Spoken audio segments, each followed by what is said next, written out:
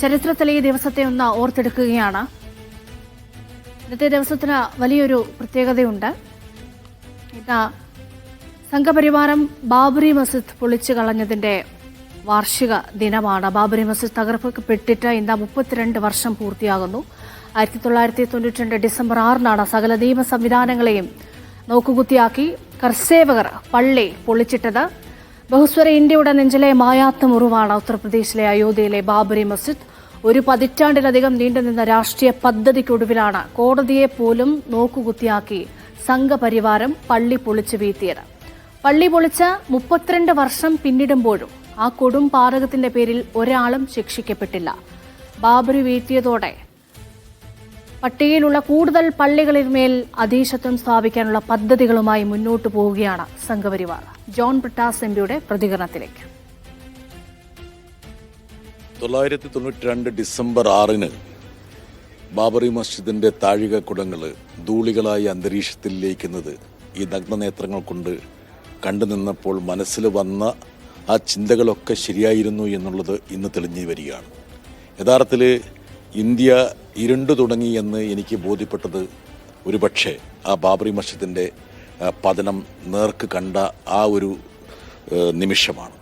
അതിനുശേഷമാണ് യഥാർത്ഥത്തിൽ ഇന്ത്യയുടെ ഘടന തന്നെ മാറിയത്. രാഷ്ട്രീയ സാമൂഹിക ഘടനയിൽ വലിയ മാറ്റങ്ങളുണ്ടായി, കലാപങ്ങളുണ്ടായി. പിന്നീട് ആരാധനാലയങ്ങളെ മുൻനിർത്തിയുള്ള കലാപങ്ങളും വർഗീയ ധ്രുവീകരണങ്ങളും ആരംഭിച്ചു.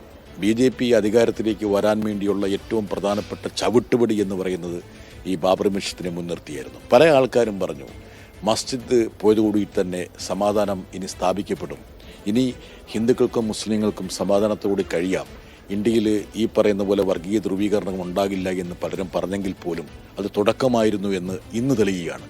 ഇന്ന് പള്ളികളുടെ ഉള്ളിൽ ശിവലിംഗത്തിന് വേണ്ടിയിട്ട് തെരയുന്ന വർഗീയവാദികൾ ഇന്ന് ഇന്ത്യയിലെ നിത്യസംഭവങ്ങളായിരിക്കുകയാണ്. യഥാർത്ഥത്തിൽ ബാബറി മസ്ജിദ് തുടക്കമായിരുന്നു.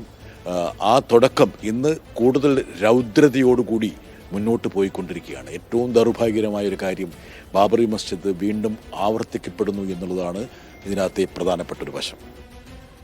ബാബറി മസ്ജിദ് ഒരു തുടക്കം മാത്രമായിരുന്നു എന്നതാണ് വർത്തമാന സംഭവങ്ങൾ സൂചിപ്പിക്കുന്നത്. അയോധ്യയുടെ പള്ളികളിലൂടെ മേലുള്ള സംഘപരിവാറിന്റെ അവകാശവാദം അവസാനിക്കുമെന്ന് കരുതിയെങ്കിലും ഒന്നിനു പിറകെ ഒന്നായി പള്ളികൾ പിടിച്ചെടുക്കാനുള്ള ശ്രമമാണ് ഇപ്പോൾ ഉണ്ടാകുന്നത്. അതിന് ഉദാഹരണമുണ്ട്. ഗ്യാൻവാപ്പി, മധുരയിലെ ഷാഹി ഈദ്ഗാഹ് മസ്ജിദ്, അതും കടന്ന് സംഭലിലെ സംഭവിക്കുന്ന കാര്യങ്ങൾ കാണുന്നുണ്ട്. അജ്മീർ ദർഗയ്ക്ക് വേണ്ടി അവകാശവാദം ഉന്നയിക്കുന്നു. അതേപോലെ ഡൽഹിയിൽ ജമാ മസ്ജിദിന് എല്ലാം ഈ അവകാശവാദം ഉന്നയിച്ച ആ കാര്യങ്ങളൊക്കെ ഇപ്പോൾ കോടതി കയറുകയാണ്. ഈ സാഹചര്യത്തിലാണ് ആരാധനാലയ സംരക്ഷണ നിയമത്തിന് വലിയ പ്രാധാന്യം. പക്ഷേ അതും കാറ്റിൽ പറത്തുകയാണ്. 1947 ഓഗസ്റ്റ് 15 ഇന്ത്യ സ്വതന്ത്രമാകുമ്പോൾ ആരാധനാലയങ്ങൾക്കുണ്ടായിരുന്ന സ്വഭാവം എന്താണോ അത് അതേപടി നിലനിർത്തണമെന്നും ഏതെങ്കിലും ആരാധനാലയത്തിന്റെ മതപരിവർത്തനവും അതുമായി ബന്ധപ്പെട്ട കാര്യങ്ങളിൽ വരുത്തുന്ന മാറ്റമോ നിരോധിച്ചതായും വ്യവസ്ഥ ചെയ്യുന്നതാണ് 1991 ആരാധനാലയ സംരക്ഷണ നിയമം. പക്ഷേ അതുപോലും ഇപ്പോൾ കോടതികൾ പോലും പരിഗണിക്കുന്നില്ല എന്നുള്ളത് ഏറ്റവും നിരാശാജനകമായ കാര്യമാണ്. കോടതികൾ സർവേക്കടക്കം ഉത്തരവിടുമ്പോൾ ഈ ആരാധനാലയ സംരക്ഷണത്തിന് നിയമത്തിന് എന്തു പ്രസക്തി എന്നുള്ള ചോദ്യമുണ്ട്. അപ്പോൾ അക്കാര്യം ചോദ്യം ചെയ്തുകൊണ്ട് ഇപ്പോൾ മുസ്ലിം ലീഗൊക്കെ വലിയ നിയമ പോരാട്ടത്തിന് തയ്യാറെടുക്കുകയാണ്. അപ്പോൾ വരുന്ന ദിവസങ്ങളിലും തീർച്ചയായും ഈ വിഷയത്തിൽ വലിയ ചർച്ചകൾ, വാർത്തകളൊക്കെ പ്രതീക്ഷിക്കുന്ന ദിവസം കൂടിയാണ്.